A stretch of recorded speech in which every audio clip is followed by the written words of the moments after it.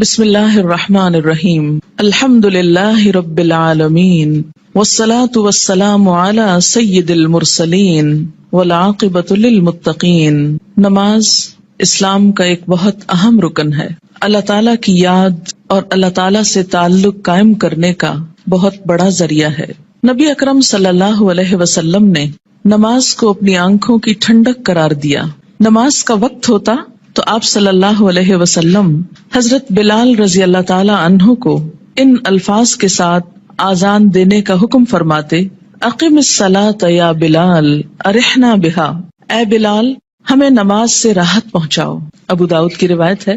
نماز کو رسول اکرم صلی اللہ علیہ وسلم نے جنت میں جانے کی ضمانت قرار دیا۔ حضرت ربیعہ بن کعب اسلمی رضی اللہ تعالی عنہ رسول اللہ صلی اللہ علیہ وسلم کی خدمت میں حاضر رہتے اور نبی صلی اللہ علیہ وسلم کے لیے وضو کا پانی اور دوسری چیزیں لایا کرتے تھے۔ ایک مرتبہ آپ نے خوش ہو کر فرمایا: ربیعہ مانگو، کیا مانگتے ہو؟ حضرت ربیعہ رضی اللہ تعالی عنہ نے عرض کیا: یا رسول اللہ صلی اللہ علیہ وسلم، جنت میں آپ کا ساتھ چاہتا ہوں۔ آپ نے فرمایا: تو پھر سجدوں کی کثرت سے میری مدد کرو۔ یہ صحیح مسلم کی روایت ہے۔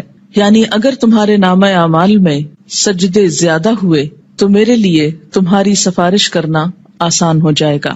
اللہ تعالیٰ نے قرآن پاک میں کامیاب لوگوں کی نشانی یہ بتائی ہے کہ وہ نماز کی پابندی کرتے ہیں۔ سورۃ المؤمنون آیت 9۔ سورۃ نور میں فرمایا کہ انہیں تجارت اور خرید و فروخت اللہ کی یاد اور نماز قائم کرنے اور زکوٰۃ دینے سے غافل نہیں کرتی۔ اللہ تعالیٰ نے نماز کو اقامت دین کی تمام تر جد و جہد کا حاصل قرار دیا۔ ارشاد باری تعالیٰ ہے: اگر ہم انہیں زمین میں اقتدار بخشیں، یعنی مسلمان زمین میں عروج کو پہنچے، طاقتور ہوں، تو وہ نماز قائم کریں گے، یعنی لوگوں کو اللہ کے آگے جھکائیں گے، زکوٰۃ ادا کریں گے، نیکی کا حکم دیں گے اور برائی سے منع کریں گے۔ یہ ایک اسلامی حکومت کی بنیادی خصوصیات ہیں۔ تکلیف، دکھ اور رنج کے وقت مومن کا یہی سب سے بڑا سہارا ہے۔ ارشاد باری تعالیٰ ہے: اے لوگو جو ایمان لائے ہو، اللہ سے صبر اور نماز کے ساتھ مدد مانگو۔ حضرت ابراہیم علیہ السلام اللہ تعالیٰ کے حکم پر اپنے اہل و عیال کو بیت الحرام کے پاس بے آب و گیاہ جگہ پر لے آئے تو بارگاہ رب العزت میں یہ دعا کی کہ میرے رب مجھے اور میری اولاد کو نماز قائم کرنے والا بنا۔ حضرت اسماعیل علیہ السلام کے جن اوصاف کا ذکر قرآن پاک میں آتا ہے ان میں سے ایک یہ بھی ہے، وہ اپنے گھر والوں کو نماز اور زکوٰۃ کا حکم دیتے تھے۔ آپ صلی اللہ علیہ وسلم کو بھی اس بات کا حکم دیا گیا کہ آپ اپنے اہل و عیال کو نماز کا حکم دیں اور خود بھی اس کے پابند رہیں۔ قرآن کریم سے ہدایت حاصل کرنے والے خوش نصیب لوگوں کی اللہ تعالیٰ نے جو نشانیاں بتائی ہیں ان میں سے ایک نشانی یہ بھی ہے کہ وہ نماز قائم کرنے والے لوگ ہیں۔ ذالک الکتاب لا ریب فیہ ھدی للمتقین الذین یؤمنون بالغیب ویقیمون الصلاۃ۔ نماز میں غفلت، کاہلی اور سستی سے کام لینے کو اللہ تعالیٰ نے منافقین کی نشانی بتایا ہے کہ اذا قاموا الی الصلاۃ قاموا کسالی، کہ منافق جب نماز کے لیے اٹھتے ہیں تو سستی کے ساتھ اٹھتے ہیں۔ یراؤن الناس، محض لوگوں کو دکھانے کے لیے۔ ولا یذکرون اللہ الا قلیلا، اور اللہ کو بہت کم ہی یاد کرتے ہیں، یعنی ان کو نمازوں میں بھی خدا یاد نہیں آتا۔ سورۃ ماعون میں اللہ تعالیٰ نے ان نمازیوں کے لیے ہلاکت اور تباہی بتائی جو نماز کے معاملے میں غفلت اور بے پرواہی سے کام لیتے ہیں۔ فویل للمصلین الذین هم عن صلاتهم ساہون۔ قرآن پاک میں اللہ تعالیٰ نے اقوام کی تباہی اور ہلاکت کا اصل سبب ترک نماز بتایا۔ ارشاد باری تعالیٰ ہے: اللہ کے فرما بردار بندوں کے بعد ایسے نالائق لوگ ان کے جانشین ہوئے جنہوں نے نماز کو ضائع کیا اور دنیا کے مزے اڑانے میں لگ گئے۔ ایسے لوگ عنقریب گمراہی کے انجام سے دوچار ہوں گے، یعنی دنیا میں بھی اس کا نقصان اٹھائیں گے اور آخرت میں بھی خسارے میں مبتلا ہوں گے۔ قیامت کے روز جہنمیوں کا ایک گروہ جہنم میں جانے کا ایک سبب یہ بیان کرے گا کہ لم نک من المصلین، ہم نماز پڑھنے والوں میں سے نہ تھے۔ حالت امن ہو یا حالت خوف، گرمی ہو یا سردی، تندرستی ہو یا بیماری، حتیٰ کہ جہاد و قتال کے موقع پر عین میدان جنگ میں بھی یہ فرض ساقط نہیں ہوتا۔ رسول اکرم صلی اللہ علیہ وسلم 5 فرض نمازوں کے علاوہ نماز تہجد، نماز اشراق، نماز چاشت، تحیۃ الوضو، تحیۃ المسجد کا بھی اہتمام فرماتے تھے۔ اور پھر خاص خاص مواقع پر اپنے رب کے حضور توبہ استغفار کے لیے نماز ہی کو ذریعہ بناتے، یعنی صلاۃ توبہ. خسوف ہو یا کسوف یعنی سورج گرہن اور چاند گرہن تو مسجد تشریف لے جاتے، زلزلہ یا آندھی آتی تو مسجد تشریف لے جاتے، طوفان باد و باران ہوتا تو مسجد تشریف لے جاتے، فاقے کی نوبت آتی تو مسجد تشریف لے جاتے، کوئی پریشانی اور تکلیف ہوتی تو مسجد تشریف لے جاتے، سفر سے واپسی ہوتی تو پہلے مسجد تشریف لے جاتے پھر گھر پلٹتے، بارش نہ ہوتی تو بھی نماز ادا کرتے. گویا ہر غم، دکھ اور تکلیف کے موقع پر نماز. آج ہم میں سے بہت سے لوگ طرح طرح کے وظائف کرنے کے لیے گھنٹوں خود کو وقف کرتے ہیں، لیکن 2 رکعت نماز ان پر بہت بھاری ہوتی ہے. حیات طیبہ کے آخری دنوں میں بیماری کی حالت میں بھی نبی صلی اللہ علیہ وسلم کو جس چیز کی سب سے زیادہ فکر تھی وہ نماز تھی. وفات مبارک سے چند یوم قبل تیز بخار کی وجہ سے آپ پر غنودگی کی حالت طاری تھی. عشاء کے وقت آنکھ کھلی تو سب سے پہلے یہ سوال کیا، کیا لوگوں نے نماز پڑھ لی ہے؟ یعنی سب سے زیادہ جس بات کی فکر تھی وہ کیا؟ نماز. عرض کیا گیا نہیں، آپ ہی کا انتظار ہے. سرور عالم صلی اللہ علیہ وسلم نے پھر اٹھنا چاہا تو بے ہوش ہو گئے. جب آنکھ کھلی تو زبان مبارک سے پھر وہی الفاظ نکلے، کیا لوگوں نے نماز پڑھ لی ہے؟ عرض کیا گیا نہیں، آپ ہی کا انتظار ہے. تیسری مرتبہ اٹھنے کی کوشش میں پھر غشی طاری ہو گئی. افاقہ ہونے پر ارشاد فرمایا، ابو بکر نماز پڑھائیں. وفات مبارک سے چند لمحے پہلے آپ نے امت کو جو آخری وصیت فرمائی وہ یہ تھی، الصلاۃ الصلاۃ وما ملکت ایمانکم، یعنی مسلمانوں نماز نماز اور اپنے غلاموں کا ہمیشہ خیال رکھنا. یعنی ایک طرف حقوق اللہ اور دوسری طرف حقوق العباد. بندوں میں سے سب سے زیادہ محروم مخلوق غلام. نماز بذات خود جتنی اہم ہے، طریقہ نماز بھی اسی قدر اہم ہے. نماز کے بارے میں حکم صرف یہی نہیں کہ اسے ادا کرو، بلکہ حکم یہ بھی ہے کہ اس طرح ادا کرو جس طرح مجھے ادا کرتے دیکھتے رہے ہو. ایک حدیث مبارک میں کچھ یوں آتا ہے کہ قیامت کے روز حقوق اللہ میں سے سب سے پہلے نماز کا حساب لیا جائے گا. جس کی نماز درست طریقے سے پڑھی گئی ہوگی وہ کامیاب و کامران ہوگا، اور جس کی نماز بگاڑی گئی ہوگی وہ ناکام و نامراد ہوگا.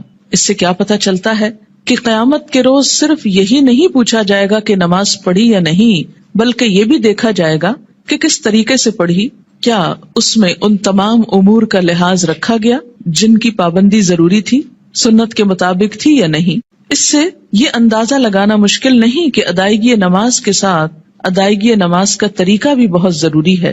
جو مسائل آگے بیان کیے جائیں گے وہ کسی خاص فقہی مسلک کو سامنے رکھ کر نہیں، اور نہ ہی کسی مسلک کو صحیح یا غلط ثابت کرنے کے لیے یہ مجموعہ مرتب کیا گیا ہے، بلکہ پیش نظر صحابہ کرام کا وہ طریقہ ہے جس میں ایک صحابی حضرت حذیفہ رضی اللہ تعالی عنہ نے ایک آدمی کو نماز پڑھتے دیکھا جو رکوع اور سجود پورے نہیں کر رہا تھا.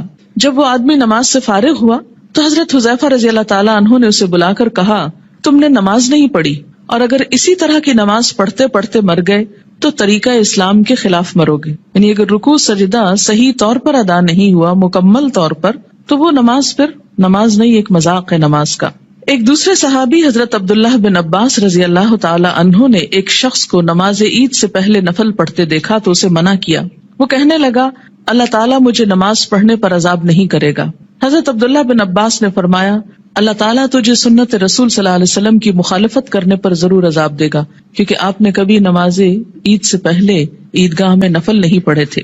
ایسے کاموں سے کیوں اتنی شدت سے روکا گیا؟ کیونکہ اس سے دین بوجھل ہو جاتا ہے. اگر ایک شخص ایک رو میں آ کے کرتا ہے، دوسرا اس کو دیکھ کے کل ایک پورا وہ طریقہ بن جائے گا اور لوگ اس کو اپنے لیے لازم قرار دے دیں گے اور بلا وجہ دین کو بھاری کر لیں گے.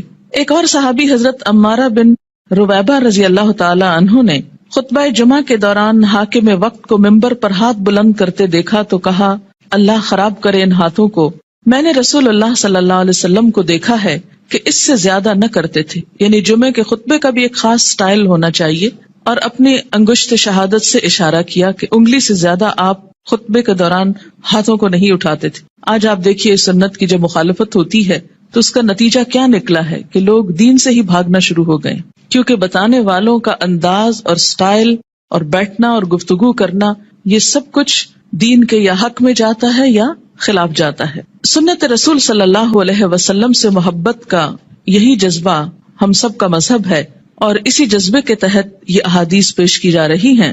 صحابہ کرام کے مذکورہ بالا طرز عمل سے یہ بھی معلوم ہوتا ہے کہ جن مسائل کو فروعی، اختلافی اور غیر اہم سمجھتے ہوئے نظر انداز کر دیتے ہیں، صحابہ کرام کے نزدیک ان کی کتنی اہمیت تھی۔ حقیقت یہ ہے کہ جو شخص رسول اللہ صلی اللہ علیہ وسلم کے اس فرمان مبارک سے آگاہ ہے، من رغب عن سنتی فلیس منی، یعنی جس شخص نے میری سنت اختیار کرنے سے گریز کیا وہ مجھ سے نہیں، وہ کسی بھی سنت کو معمولی اور غیر اہم سمجھ کر نظر انداز کرنے کی جسارت نہیں کر سکتا۔ ہمارے ہاں یہ ٹرینڈ بہت عام ہو گیا ہے کہ جو تو قرآن میں لکھا ہے یا جو فرض کے درجے میں ہے وہ تو ہم کر لیں، اور سنت وہ تو معمولی چیز ہے، کوئی فرض تھوڑی ہے۔ اور ہم نے دیکھا ہے سعودی عرب میں لوگ ایسا نہیں کرتے اور فلاں ملک کے لوگ ایسا نہیں کرتے، تو یاد رکھیے کہ ہمارے لیے نہ سعودی عرب کے لوگ کوئی مثال ہیں اور نہ کسی اور ملک کے، ہمارے لیے تو مثال 1400 سال پیچھے جاتی ہے نبی اکرم صلی اللہ علیہ وسلم کی ذات میں۔ سب سے پہلے نماز کے لیے نیت کا درست ہونا ضروری ہے، کیونکہ نیت کے بغیر اگر کوئی شخص وہ تمام ایکشنز کرے جو نماز کے ہوتے ہیں تو اس کی نماز نہ ہوگی۔ کسی بھی عمل کے اجر و ثواب کا دار و مدار نیت پر ہے۔ حضرت عمر بن خطاب رضی اللہ تعالی عنہ کہتے ہیں، میں نے رسول اللہ صلی اللہ علیہ وسلم کو فرماتے ہوئے سنا کہ اعمال کا دار و مدار نیت پر ہے، ہر شخص کو وہی ملے گا جس کی اس نے نیت کی، لہٰذا جس نے دنیا حاصل کرنے کی نیت سے ہجرت کی اسے دنیا ہی ملے گی، جس نے کسی عورت سے نکاح کرنے کی غرض سے ہجرت کی اسے عورت ہی ملے گی، بس مہاجر کی ہجرت کا صلہ وہی ہے جس کے لیے اس نے ہجرت کی۔ یعنی ہجرت جیسا بڑا نیکی کا کام بھی زیادہ فائدہ مند نہیں اگر اللہ کے لیے نہ ہو۔ فتنہ دجال سے بھی بڑا فتنہ دکھاوے کی نماز ہے، دکھاوے کی نماز۔ عن ابی سعید رضی اللہ عنہ قال خرج علینا رسول اللہ صلی اللہ علیہ وسلم ونحن نتذاکر المسیح الدجال فقال الا اخبرکم بما هو اخوف علیکم عندی من المسیح الدجال فقلنا بلا یا رسول اللہ صلی اللہ علیہ وسلم قال الشرک الخفی ان يقوم الرجل فيصلي فيزيد صلاته لما يرى من نظر رجل رواہ ابن ماجہ۔ حضرت ابو سعید رضی اللہ عنہ کہتے ہیں کہ ہم مسیح دجال کا ذکر کر رہے تھے، اتنے میں رسول اللہ صلی اللہ علیہ وسلم تشریف لائے اور فرمایا، کیا میں تمہیں دجال کے فتنے سے زیادہ خطرناک بات سے آگاہ نہ کروں؟ ہم نے عرض کیا، ضرور یا رسول اللہ صلی اللہ علیہ وسلم۔ آپ نے فرمایا، شرک خفی یعنی خفیہ شرک جس کو پروناؤنس نہ کیا جائے لیکن وہ دل میں چھپاؤ، یہ دجال سے بھی زیادہ خطرناک ہے، اور وہ یہ ہے کہ ایک آدمی نماز کے لیے کھڑا ہو اور نماز کو اس لیے لمبا کرے کہ کوئی آدمی اسے دیکھ رہا ہے، یعنی تنہائی میں نماز پڑھے تو چھوٹی سی پڑھ لے، کل ہو اللہ پڑھ کے ختم کر دے، اور اگر لوگوں کے بیچ میں پڑھ رہا ہے، لوگوں کے ساتھ پڑھ رہا ہے تو صرف اس لیے لمبی کر دے کہ لوگ دیکھیں گے تو پھر ان کے نزدیک میں بہت نیک کہلاؤں گا۔ اسے شرک بھی کہا گیا، یعنی شرک خفی، اور اسے دجال کے فتنے سے زیادہ بدترین چیز قرار دیا گیا، اور یہ بندوں کو بھی دھوکہ دینا ہے اور اللہ کو بھی۔ منافقین کی ایک صفت ہم نے قرآن پاک میں پڑھی تھی کہ یخادعون اللہ والذین آمنوا، یعنی اپنے ساتھ والوں کو دھوکہ دینے کی بات ہے نا، کہ وہ سمجھیں گے کہ میں اتنا اچھا نمازی ہوں جبکہ ہوں نہیں، تنہائی میں پڑھوں تو کچھ اور پڑھتا ہوں۔ وما یخدعون الا انفسهم، ایسے لوگ محض اپنے آپ ہی کو دھوکہ دیتے ہیں۔ تو جیسی ہم اکیلے میں پڑھتے ہیں ویسی اگر سب کے سامنے پڑھ لیں گے تو کوئی ہم کو نہیں مارے گا، ہو سکتا ہے کوئی نوٹس بھی نہ کر رہا ہو ہم کیا کر رہے ہیں، کسی کو اتنی فرصت کہاں کہ وہ سب اپنے کام چھوڑ کے صرف یہ دیکھے کہ اس کی نماز کتنی لمبی اور چھوٹی۔ یہ محض شیطان کا خیال ہوتا ہے جو ہمارے نیک عمل کو بھی برباد کر دیتا ہے۔ دکھاوے کی نماز شرک ہے۔ ان شداد ابن اوس رضی اللہ عنہ قال سمعت رسول اللہ صلی اللہ علیہ وسلم یقول من صلی یرائی فقد اشرک ومن صام یرائی فقد اشرک ومن تصدق یرائی فقد اشرک، رواہ احمد۔ حضرت شداد بن اوس رضی اللہ عنہ کہتے ہیں، میں نے رسول اللہ صلی اللہ علیہ وسلم کو فرماتے ہوئے سنا ہے، جس نے دکھاوے کی نماز پڑھی اس نے شرک کیا، جس نے دکھاوے کا روزہ رکھا اس نے شرک کیا، جس نے دکھاوے کا صدقہ کیا اس نے شرک کیا۔ اسے احمد نے روایت کیا ہے۔ نماز کی فرضیت۔ نماز اسلام کا دوسرا اہم رکن ہے۔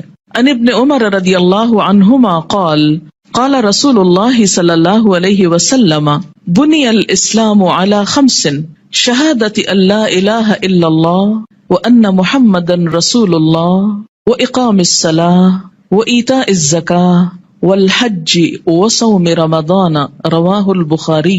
حضرت عبداللہ بن عمر رضی اللہ عنہ کہتے ہیں کہ رسول اللہ صلی اللہ علیہ وسلم نے فرمایا، اسلام کی بنیاد 5 چیزوں پر رکھی گئی ہے۔ اس بات کی شہادت، گواہی کہ اللہ کے سوا کوئی الہ نہیں اور محمد صلی اللہ علیہ وسلم اللہ کے رسول ہیں۔ نمبر 2، نماز قائم کرنا۔ نمبر 3، زکوٰۃ ادا کرنا۔ نمبر 4، حج کرنا۔ نمبر 5، رمضان کے روزے رکھنا۔ اسے بخاری نے روایت کیا ہے۔ ہجرت سے قبل 2 رکعت اور ہجرت کے بعد 4 رکعت نماز فرض ہوئی۔ یعنی نماز کی فرضیت کیسے ہوئی؟ مکہ میں کیسے تھی؟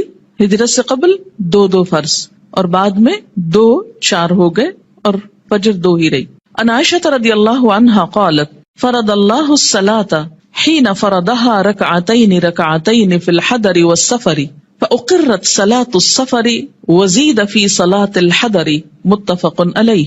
حضرت عائشہ رضی اللہ تعالی عنہا فرماتی ہیں، جب معراج کی رات اللہ تعالیٰ نے نماز فرض کی تو حضر و سفر، حضر کہتے ہیں حاضر ہونا، گھر میں رہنا، دونوں کے لیے 2 رکعت نماز فرض کی، بعد میں سفر کی نماز 2 رکعت برقرار رکھی گئی اور حضر کی نماز میں اضافہ کر دیا گیا۔ اسے بخاری اور مسلم نے روایت کیا ہے۔ نماز کی فضیلت، روزانہ باقاعدگی سے 5 نمازیں ادا کرنے سے تمام صغیرہ گناہ معاف ہو جاتے ہیں۔ عن ابی ہریرہ رضی اللہ عنہ قال قال رسول اللہ صلی اللہ علیہ وسلم ارأیتم لو ان نہرا بباب احدکم یغتسل فیہ کل یوم 5 ما تقول ذلك یبقی من درنہ قالوا لا يبقي من درنه شيئا قال فذلك مثل الصلوات الخمس يمحو الله بها الخطايا متفق علیہ۔ حضرت ابو ہریرہ رضی اللہ تعالی عنہ کہتے ہیں، رسول اللہ صلی اللہ علیہ وسلم نے فرمایا، تمہارا کیا خیال ہے اگر تم میں سے کسی کے دروازے پر نہر بہتی ہو اور وہ اس نہر میں ہر روز 5 مرتبہ نہائے تو کیا اس کے بدن پر کوئی میل کچیل باقی رہ جائے گا؟ صحابہ کرام نے عرض کیا، نہیں، کسی قسم کا میل کچیل باقی نہیں رہے گا۔ آپ صلی اللہ علیہ وسلم نے فرمایا، یہی 5 نمازوں کی مثال ہے، اللہ تعالیٰ ان نمازوں کے ذریعے گناہ مٹا دیتا ہے۔ اسے بخاری اور مسلم نے روایت کیا ہے۔ یاد رکھیے کہ کچھ گناہ ایسے ہوتے ہیں کہ جن کو نیکیاں مٹاتی چلی جاتی ہیں۔ ان الحسنات یذہبن السیئات، اس میں کیا چیز آتی ہے؟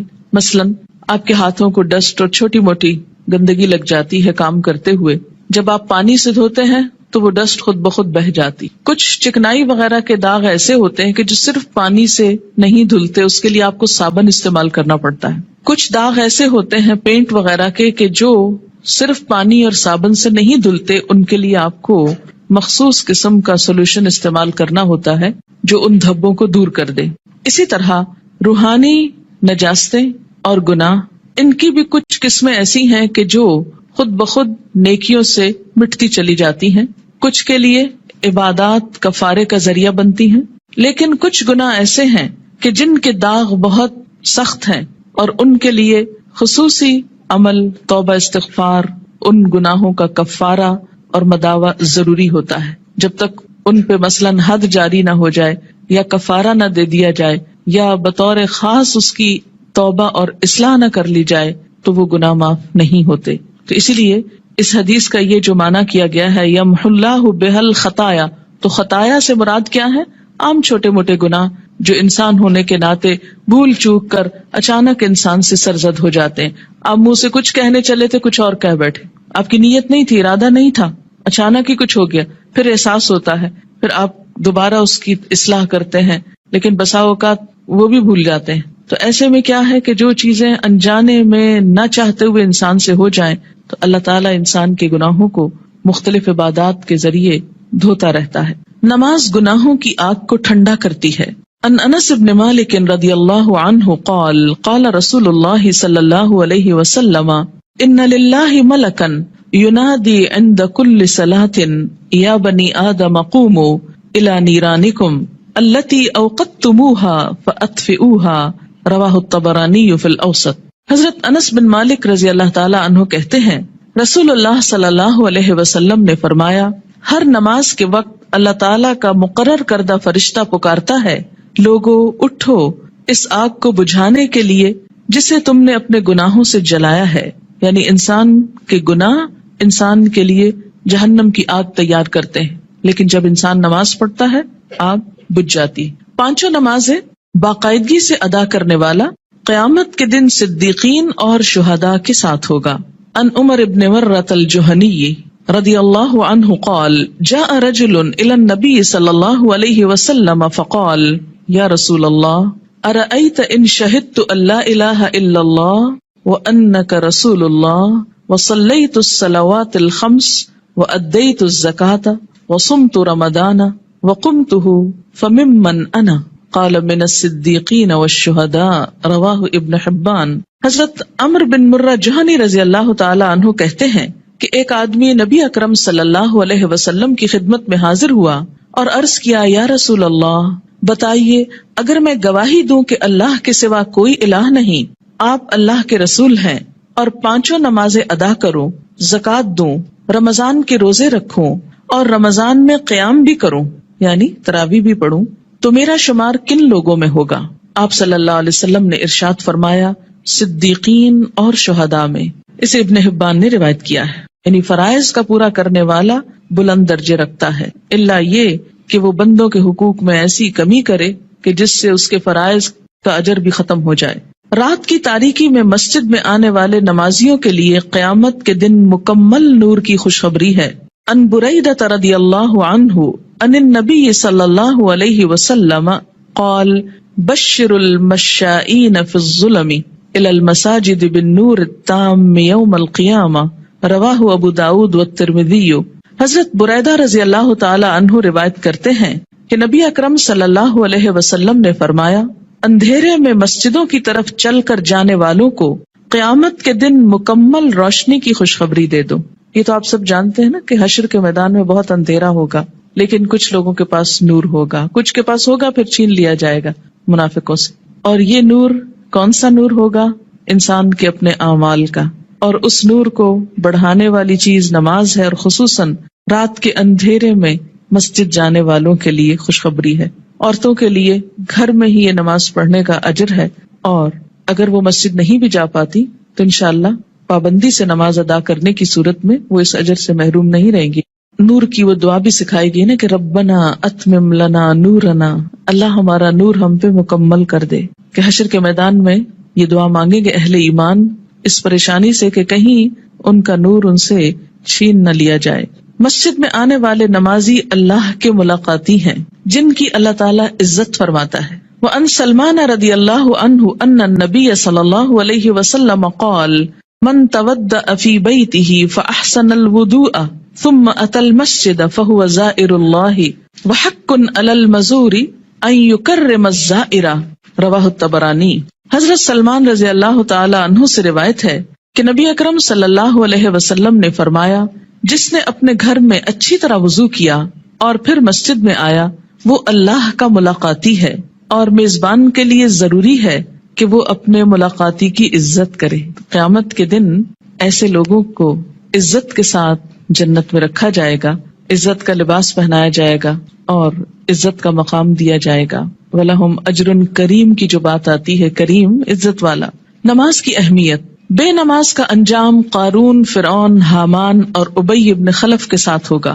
ان عبداللہ ابن عمرو ابن العاص رضی اللہ عنہما ان النبی صلی اللہ علیہ وسلم انہ ذکر الصلاة یوما فقال من حافظ علیہا كانت له نورا وبرهانا ونجاة يوم القيامة ومن لم يحافظ عليها لم يكن له نورا ولا برهانا ولا نجاة وكان يوم القيامة مع قارون وهامان وفرعون وأبي بن خلف رواه ابن حبان. حضرت عبداللہ بن عمرو بن العاص رضی اللہ تعالی عنہ کہتے ہیں کہ نبی اکرم صلی اللہ علیہ وسلم نے ایک دن نماز کا ذکر کرتے ہوئے فرمایا جس شخص نے نماز کی حفاظت کی اس کے لیے نماز قیامت کے روز نور، برہان اور نجات کا سبب ہوگی، اور جس نے نماز کی حفاظت نہ کی اس کے لیے نہ نور ہوگا، نہ برہان، نہ نجات. نیز قیامت کے روز اس کا انجام قارون، فرعون، حامان اور ابی ابن خلف کے ساتھ ہوگا. اسے ابن حبان نے روایت کیا ہے. یہاں پر نماز کی حفاظت کا ذکر ہے، پابندی وقت بھی مراد ہے، رکوع اور سجود وغیرہ کی حفاظت بھی، اپنے دل اور خیالات کی حفاظت بھی، طہارت کی حفاظت بھی. تو ایسی نماز پڑھنے والے کی اللہ تعالیٰ بھی حفاظت فرمائیں گے، اور قیامت کے دن اس کے لیے یہ نماز سراسر فائدے کا سبب ہوگی. اور اگر نہیں تو ایسا شخص فرعون، قارون جو مال کی محبت میں گرفتار تھا، کیونکہ عموماً انسان نمازوں کی پرواہ کیوں نہیں کرتا؟ مال کی محبت میں گرفتار ہو کر. فرعون حکومت اور جاہ و مال کی وجہ سے، تکبر کی وجہ سے. حامان جو اس کا مشیر تھا، جو فرعون کی خوشنودی حاصل کرنے کے لیے اسی کے دین پر تھا اور اسی کا مددگار اور وزیر تھا. آج بھی دنیا میں بہت سے ایسے لوگ ہیں جو اپنے بڑوں کی خوشنودی حاصل کرنے کے لیے اپنے کسی باس کی یا کسی بڑے کی اس کا کام کرتے کرتے یا اس کی خوشامد کرتے کرتے اللہ تعالیٰ کا یہ حق بھول جاتے ہیں. اور اسی طرح ابی ابن خلف اسلام دشمنوں میں سے تھا. یعنی ایسا شخص جو نماز کی حفاظت نہ کرے، پھر اسے صدیقین اور شہداء کے ساتھ ہونے کی بجائے ایسے مجرموں کے ساتھ رکھا جائے گا. اسلام اور کفر کے درمیان حد فاصل نماز ہے. عن جابر رضی اللہ عنہ قال قال رسول اللہ صلی اللہ علیہ وسلم بین الرجل و بین الشرک والکفر ترک الصلاۃ، رواہ مسلم. حضرت جابر رضی اللہ عنہ سے روایت ہے کہ رسول اللہ صلی اللہ علیہ وسلم نے فرمایا، آدمی اور شرک یا کفر کے درمیان حد فاصل ترک نماز ہے. یعنی نماز کا پڑھنا یا چھوڑنا اس کو ایک طرف یا دوسری طرف لے آتا ہے. اسے مسلم نے روایت کیا ہے. مثلاً ایک شخص مسلمان ہے، اسلام کی حفاظت میں ہے، یہ حفاظت جو ہے یہ نماز کے ساتھ ہے، یا یوں کہیے کہ نماز ہی کی یہ باؤنڈری.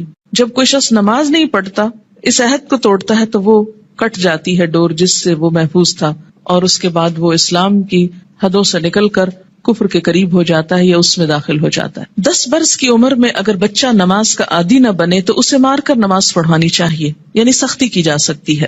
عن عمرو بن شعیب عن ابیہ عن جدہ رضی اللہ عنہما قال قال رسول اللہ صلی اللہ علیہ وسلم مروا اولادکم بالصلاۃ وهم ابناء 7 سنین واضربوهم علیہا وهم ابناء 10 سنین وفرقوا بینہم فی المضاجع، رواہ ابو داود. حضرت عمر اپنے باپ شعیب سے اور شعیب اپنے دادا عبداللہ بن عمرو بن عاص سے روایت کرتے ہیں کہ رسول اللہ صلی اللہ علیہ وسلم نے فرمایا، جب تمہارے بچے 7 برس کے ہو جائیں تو انہیں نماز پڑھنے کا حکم دو.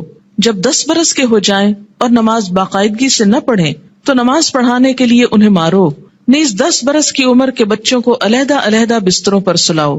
اسے ابو داؤد نے روایت کیا ہے. 10 سال کی عمر تک بچے کی عادتیں پختہ ہو جاتی. اگر اس عمر میں والدین کچھ محنت کر لیں، تکلیف کر لیں، تو باقی زندگی میں پھر آسانی ہو جائے گی، کیونکہ والدین سے پوچھا جائے گا بچوں کی تربیت کے بارے میں. قرآن پاک میں اللہ تعالیٰ فرماتے ہیں، یا ایھا الذین آمنوا قوا انفسکم واہلیکم نارا، اے لوگو جو ایمان لائے ہو، بچاؤ اپنے آپ کو اور اپنے اہل و عیال کو آگ سے.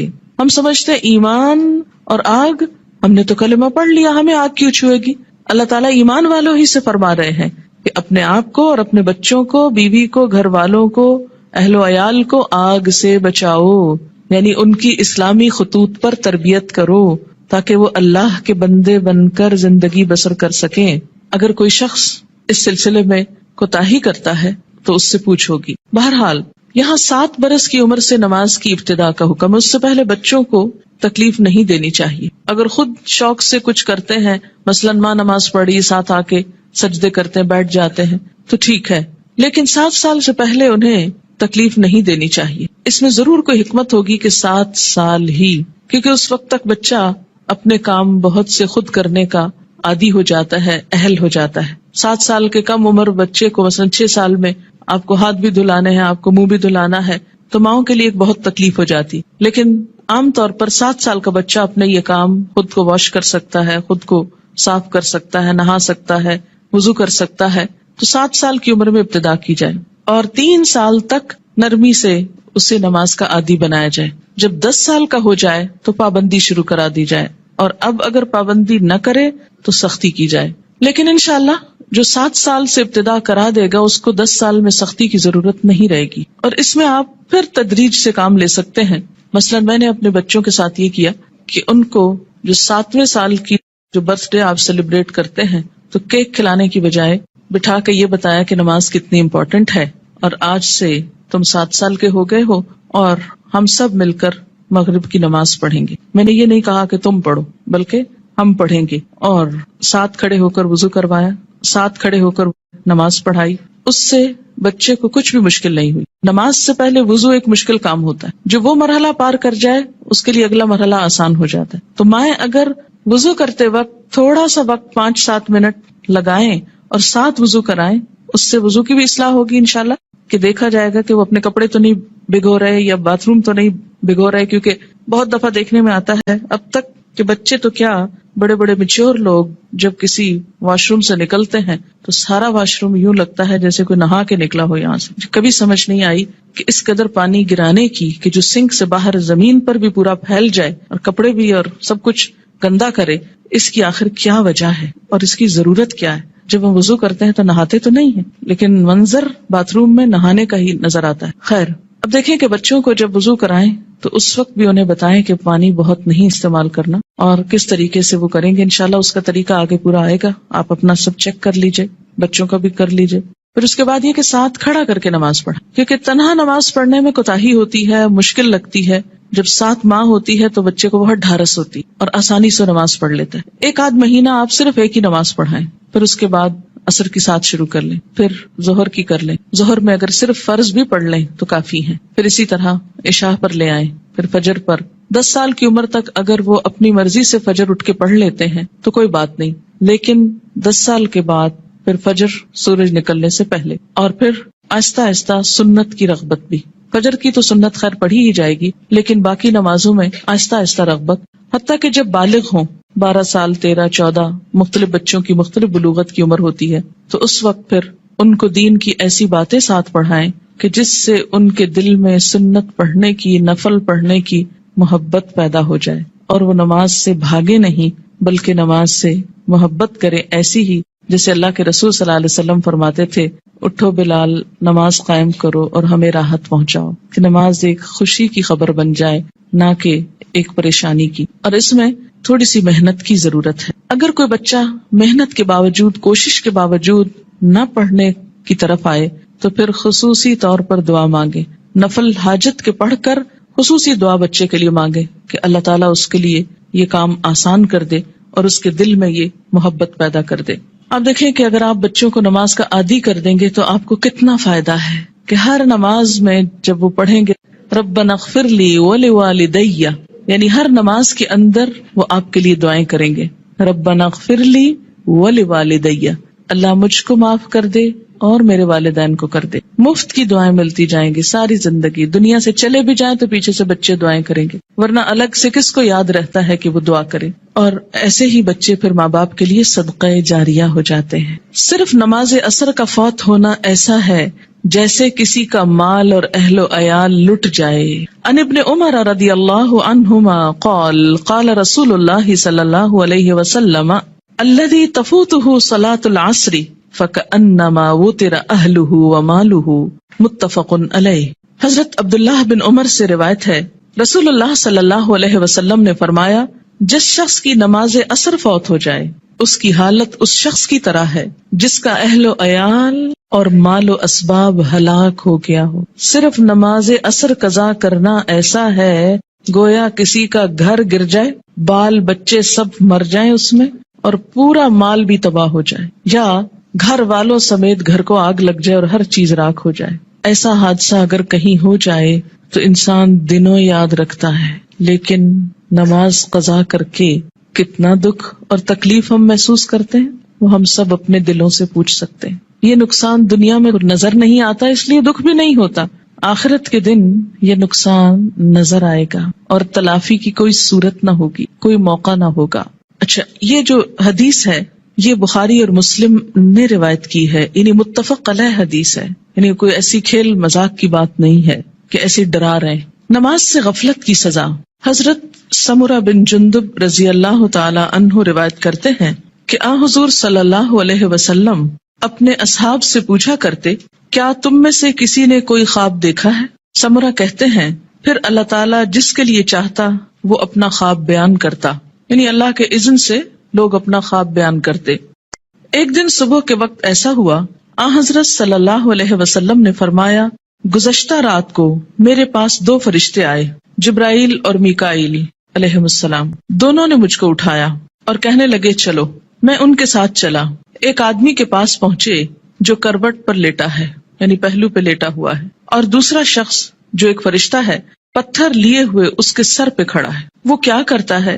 جھک کر پتھر سے اس کا سر کچل ڈالتا ہے. یعنی کھڑا آدمی جھک کر پتھر سے سر کچلتا ہے اور پتھر ڈھلک کر ادھر آ جاتا ہے. یعنی جب وہ پھینکتا ہے سر کچل کر پتھر دوسری طرف چلا جاتا ہے. وہ شخص پتھر کو سنبھالنے کے لیے جاتا ہے، دوسری طرف جا کے پتھر اٹھاتا ہے، اور جب پتھر لے کر آتا ہے تو اس لیٹے ہوئے شخص کا سر جڑ کر جیسے پہلے تھا ویسے ہی ہو چکا ہوتا ہے. پھر وہ پتھر مار کر اس کا سر کچلتا ہے. ایسا ہی پھر برابر ہوتا رہتا ہے کہ مارا جاتا ہے، سر کچلا جاتا ہے، جب تک پتھر کو دوبارہ اٹھایا جاتا ہے سر پھر درست ہو جاتا ہے، پھر مارا جاتا ہے. یہ بار بار سر کا درست ہونا اور بار بار مارا جانا یہ دراصل عذاب کی شدت کی طرف اشارہ ہے. میں نے کہا، کس نے؟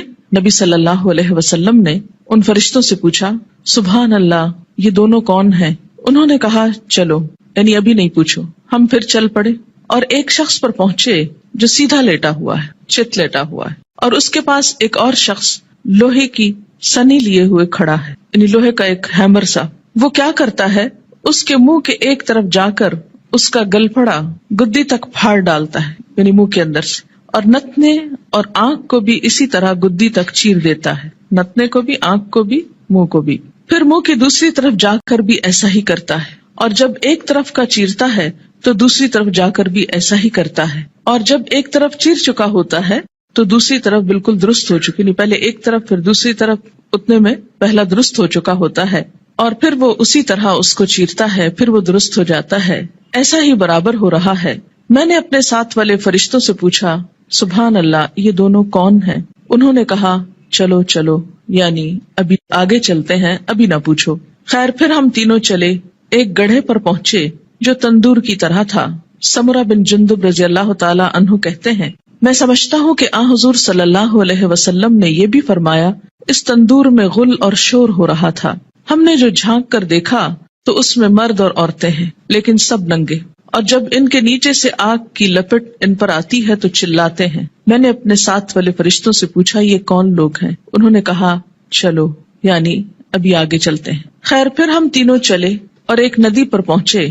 سمرہ کہتے ہیں، میں سمجھتا ہوں کہ آن حضرت صلی اللہ علیہ وسلم نے فرمایا، اس کا پانی، ندی کا پانی خون کی طرح سرخ تھا، اور ایک شخص اس ندی میں تیر رہا تھا. ندی کے کنارے ایک اور شخص کھڑا تھا جس نے اپنے سامنے بہت سے پتھر اکٹھے کر رکھے تھے. یہ شخص جو ندی میں تیر رہا تھا، تیرتے تیرتے اس کنارے والے شخص کے پاس آتا اور اپنا منہ کھول دیتا. وہ اس کے منہ میں ایک پتھر دے دیتا، پھر ندی میں چل دیتا، پھر لوٹ کر آتا تو کنارے والا شخص ایک اور پتھر اس کے منہ میں دے دیتا. غرض جب وہ لوٹ کر آتا یہی ہوتا. میں نے اپنے ساتھ والے فرشتوں سے پوچھا، یہ دونوں کون ہیں؟ انہوں نے کہا چلو چلو چلو، چلتے ہیں. خیر، پھر ہم تینوں چلتے چلتے ایک نہایت بدصورت بد شکل مرد کے پاس پہنچے، بہت ہی بدصورت جو تم نے کبھی بھی دیکھا ہو. وہ کیا کر رہا تھا؟ آگ سلگا رہا تھا اور اس کے گرد دوڑ رہا تھا. میں نے اپنے ساتھ والے فرشتوں سے پوچھا، یہ کون ہے؟ انہوں نے کہا چلو چلتے ہیں. پھر ہم تینوں چلے. چلتے چلتے ایک بہت گھنے سبز باغیچے پر پہنچے. اس میں ہمہ قسم کے پھول تھے، یعنی ہر طرح کے پھول تھے. اس کے بیچوں بیچ ایک لمبے قد کا آدمی تھا، اتنا لمبا کہ مجھ کو اس کا سر دیکھنا مشکل ہو گیا، اور اس کے گرد بہت سے لڑکے جمع ہیں. اتنے لڑکے میں نے کبھی نہیں دیکھے. میں نے اپنے ساتھ والے فرشتوں سے پوچھا، یہ لمبا شخص کون ہے اور یہ لڑکے کون ہیں؟ انہوں نے کہا چلو چلتے ہیں، ابھی نہ پوچھو. خیر، پھر ہم تینوں چلے اور ایک بڑے باغ پر پہنچے. ایسا بڑا باغ اور عمدہ باغ میں نے کبھی نہیں دیکھا. میرے ساتھ والے فرشتوں نے مجھ سے کہا، اس باغ میں ایک درخت تھا، اس پر چڑھ جا. ہم تینوں اس پہ چڑھ گئے اور جاتے جاتے ایک شہر پر پہنچے جو سونے چاندی کی اینٹوں سے بنایا گیا تھا. ہم نے اس شہر کے دروازے پر آ کر دروازے کو کھلوایا. دروازہ کھولا گیا. ہم اس کے اندر گئے.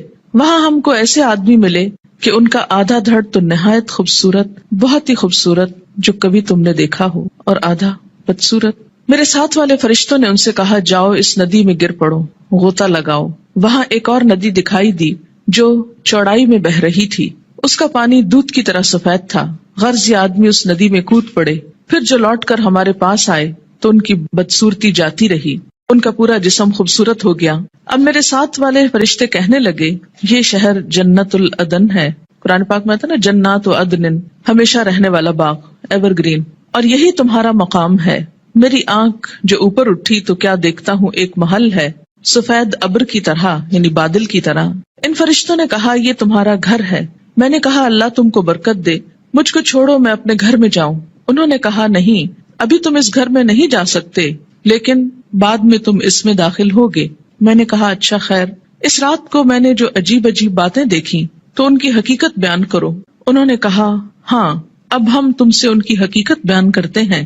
پہلا شخص جو تم نے دیکھا جس کا سر پتھر سے کچلا جا رہا تھا، یہ وہ شخص ہے جس نے قرآن سیکھ کر اس کو چھوڑ دیا تھا۔ فرض نماز کا وقت قضا ہو جاتا اور وہ سویا رہتا۔ یعنی ایک ہی شخص کے دو عیب تھے، نمبر ایک قرآن سیکھ کر اس کو چھوڑ دیا، یعنی پھر ویسا ہی ہو گیا جیسے اس نے کبھی اس کو پڑھا ہی نہ تھا، اور دوسرا قصور فرض نماز کا وقت قضا ہو جاتا اور وہ سویا رہتا، جیسے فجر کے وقت نہ اٹھنا خاص طور پر۔ وہ شخص جس کے گل پھڑے اور نتنے اور آنکھیں گدی تک چیر رہے تھے، وہ دنیا میں کیا کرتا تھا؟ صبح کو گھر سے نکلتے ہی ایک جھوٹی خبر تراشتا، لوگوں سے کہتا، یعنی پھر بیان کرتا، وہ خبر سارے جہان میں پھیل جاتی۔ یعنی مشغلے کے طور پر کیا اس نے کام اپنا رکھا تھا؟ جھوٹی خبر گھڑنا اور اس کو پھیلا دینا، اور وہ سارے جہان میں پھیل جاتی۔ اور ننگے مرد اور عورت جو تم نے تندور میں دیکھے، وہ زنا کرنے والے اور زنا کرنے والیاں ہیں، یعنی وہ مرد اور عورت جن کے ایکسٹرا میریٹل ریلیشنز تھے دنیا میں۔ اور وہ شخص جو ندی میں تیر رہا تھا، اس کے منہ میں پتھر دیے جاتے تھے، یہ سود خور ہے۔ اور وہ بدصورت شخص جو آگ سلگا رہا تھا اور اس کے گرد دوڑ رہا تھا، وہ دوزخ کا داروغہ ہے۔ اس کا نام کیا ہے؟ قرآن پاک میں کیا آتا ہے؟ مالک نامی۔ لمبا شخص جو باغیچے میں ملا تھا، وہ ابراہیم علیہ السلام پیغمبر ہیں۔ ان کے گرد وہ لوگ ہیں جو اسلام کی فطرت پر مرے، یعنی توحید پر۔ سمرہ کہتے ہیں بعض مسلمانوں نے آپ صلی اللہ علیہ وسلم سے عرض کیا، یا رسول اللہ صلی اللہ علیہ وسلم، اور مشرکوں کے بچے جو نابالغ مرتے ہیں وہ بھی ان میں داخل ہیں؟ آپ نے فرمایا ہاں، مشرکوں کے بچے بھی، کیونکہ ہر بچہ فطرت پر پیدا ہوتا ہے نا، جب تک اس کا شعور اپنا نہیں جاگ جاتا۔ اب رہے وہ لوگ جن کا آدھا دھڑ خوبصورت تھا، آدھا دھڑ بدصورت، یہ وہ لوگ تھے جنہوں نے دنیا میں اچھے اور برے سب طرح کے کام کیے، یعنی کچھ کام ان کے اچھے تھے اور کچھ کام ان کے برے تھے، آدھے خوبصورت آدھے بدصورت۔ جب اس طرح ان کی پہچان ہو جائے گی تو پھر ایک وقت آئے گا کہ ان کو نہلا کر درست کر دیا جائے گا، کیونکہ جنت میں رہنے والا کوئی شخص پھر ہمیشہ کے لیے بدصورت نہیں ہوگا۔ آپ دیکھیں کہ دنیا میں اگر کسی کا ناک اس کی پسند کا نہ ہو، یا چہرے پہ داغ ہو، یا کچھ بھی ہو، یا اگر پاؤں خوبصورت نہ ہو، تو کس قدر شرمندگی محسوس کرتا رہتا ہے، احساس کمتری میں مبتلا ہو جاتا ہے۔ جنت میں اگر کچھ عرصہ بھی ایسا لوگوں کے بیچ میں رہنا پڑے کہ آدھا دھڑ خوبصورت ہو اور آدھا بدصورت ہو، تو کس قدر شرمندگی کی بات ہے۔ اس لیے انسان کے جتنے بھی اعمال ایسے ہوں جو بدصورت کرنے والے ہوں، اس کو ان کو چھوڑ کر خوبصورت کی طرف پلٹنے کی ضرورت ہے۔ بخاری کی یہ روایت ہے، طویل روایت، جس کا ایک حصہ فرض نماز کے بارے میں ہے۔ یاد رکھیے انبیاء علیہم السلام کی خواب وحی کا ایک ذریعہ ہوتا ہے، اور یہ خواب آپ صحابہ کے بیچ میں بیان کر رہے ہیں اور سکھانے کا ایک طریقہ ہے۔ انبیاء علیہم السلام کو وحی بسا اوقات خواب میں بھی آتی۔ حضرت عائشہ رضی اللہ تعالی عنہا کا بیان ہے کہ نبی صلی اللہ علیہ وسلم پر وحی آنے کی ابتدا ہی سچے خوابوں سے ہوئی تھی۔ انبیاء علیہم السلام کے خواب بھی سچے ہوتے ہیں، اور خواب میں بھی جو سین ان کو دکھائے جاتے ہیں، جو باتیں ان کو دکھائی جاتی ہیں، وہ بالکل سچ ہوتی ہیں، حقیقت۔ تو یہاں پر آپ صلی اللہ علیہ وسلم کو بذریعہ خواب دکھایا گیا کہ ایک شخص ہے جس کا سر پتھر سے کچلا جا رہا ہے، اور پھر ٹھیک ہو جاتا ہے۔ اور پھر اب آپ دیکھیے کہ جو شخص قرآن یاد کر کے بھلا دیتا ہے، ایک تو حافظ کا انجام بتایا گیا۔ میں آپ لوگوں کو یہ نصیحت کروں گی کہ جب تک بچوں کا اپنا رجحان نہ ہو، اپنا شوق نہ ہو، خدا کے لیے ان کو حفظ نہ کرائیں۔ کیوں؟ اس لیے کہ وہ ماں باپ کے کہنے میں آ کے کر تو لیتے ہیں، لیکن بعد میں اس کی حفاظت نہیں کرتے۔ ماں باپ کیوں اتنا اصرار کرتے ہیں ان کو حفظ کرانے پر؟ ریسنٹلی مجھے کسی نے بتایا کہ وہ خود نماز نہیں پڑھتے لیکن بچوں کو حفظ کرانے کا بہت شوق رکھتے ہیں۔ میں نے کہا ایسی بھی کیا بات ہوئی؟ اس لیے کہ وہ یہ چاہتے ہیں کہ بچے ان کو بخشوا سکیں، بچے حافظ بن جائیں اور ماں باپ کی بخشش کرا سکیں۔ تو جہاں اپنی بخشش کے لیے خود تو نماز پڑھی نہ جائے لیکن بچوں کو حافظ بنا دیا جائے، تو وہ بچے بھی کتنا یاد رکھیں گے، اور باپ کو سوتے دیکھیں ساری زندگی تو وہ کتنی نماز پڑھیں گے اور کتنا قرآن پڑھیں گے، تو اللہ ہی جانتا ہے۔ اللہ تعالیٰ یخرج الحی من المیت و یخرج المیت من الحی، زندہ سے مردہ اور مردہ سے زندہ کو نکالتا ہے، بے عمل سے باعمل بچے کو پیدا کر سکتا ہے، یہ اس کی شان ہے. لیکن ہم اپنی کوششوں کو بھی دیکھیں کہ ہم کیا کر رہے ہیں. اور اس میں فرض نماز پڑھے بغیر سو جانا میں فجر کی نماز بھی ہو سکتی ہے اور عشاء بھی ہو سکتی ہے، یا پھر ظہر پڑھے بغیر سو جانا، یا پھر عصر کے لیے اٹھنا ہی نہیں، سوئے چلے جانا. نماز فجر اور عشاء کے لیے مسجد میں نہ آنا نفاق کی علامت ہے. باجماعت نماز نہ پڑھنے والے لوگوں کے گھروں کو رسول اکرم صلی اللہ علیہ وسلم نے جلانے کا ارادہ فرمایا. عن ابی ہریرہ رضی اللہ عنہ قال قال رسول اللہ صلی اللہ علیہ وسلم لیس صلاة اسقل علی المنافقین من الفجر والعشاء ولو يعلمون ما فيهما لآتوهما ولو حبوا لقد هممت ان آمر المؤذن فیقیم ثم آمر رجلا یؤم الناس ثم آخذ شعلا من نار فأحرق على من لا يخرج الى الصلاة بعد. متفق علیہ. حضرت ابو ہریرہ رضی اللہ تعالی عنہ کہتے ہیں کہ رسول اللہ صلی اللہ علیہ وسلم نے فرمایا، منافقوں پر فجر اور عشاء کی نماز سے زیادہ بھاری کوئی نماز نہیں ہے. اگر انہیں پتہ چل جائے کہ دونوں نمازوں کا ثواب کتنا زیادہ ہے تو ان دونوں نمازوں میں ضرور آتے، خواہ گھٹنوں کے بل ہی آنا پڑتا. چل نہ سکتے تو رینگ کر آتے، جیسے بچے رینگتے ہیں، کرال کرتے ہیں، کرال کرتے ہوئے آتے. میں نے ارادہ کیا کہ مؤذن کو حکم دوں وہ اقامت کہے، پھر ایک آدمی کو حکم دوں کہ وہ لوگوں کی امامت کرائے، اور خود آگ کا ایک شعلہ لے کر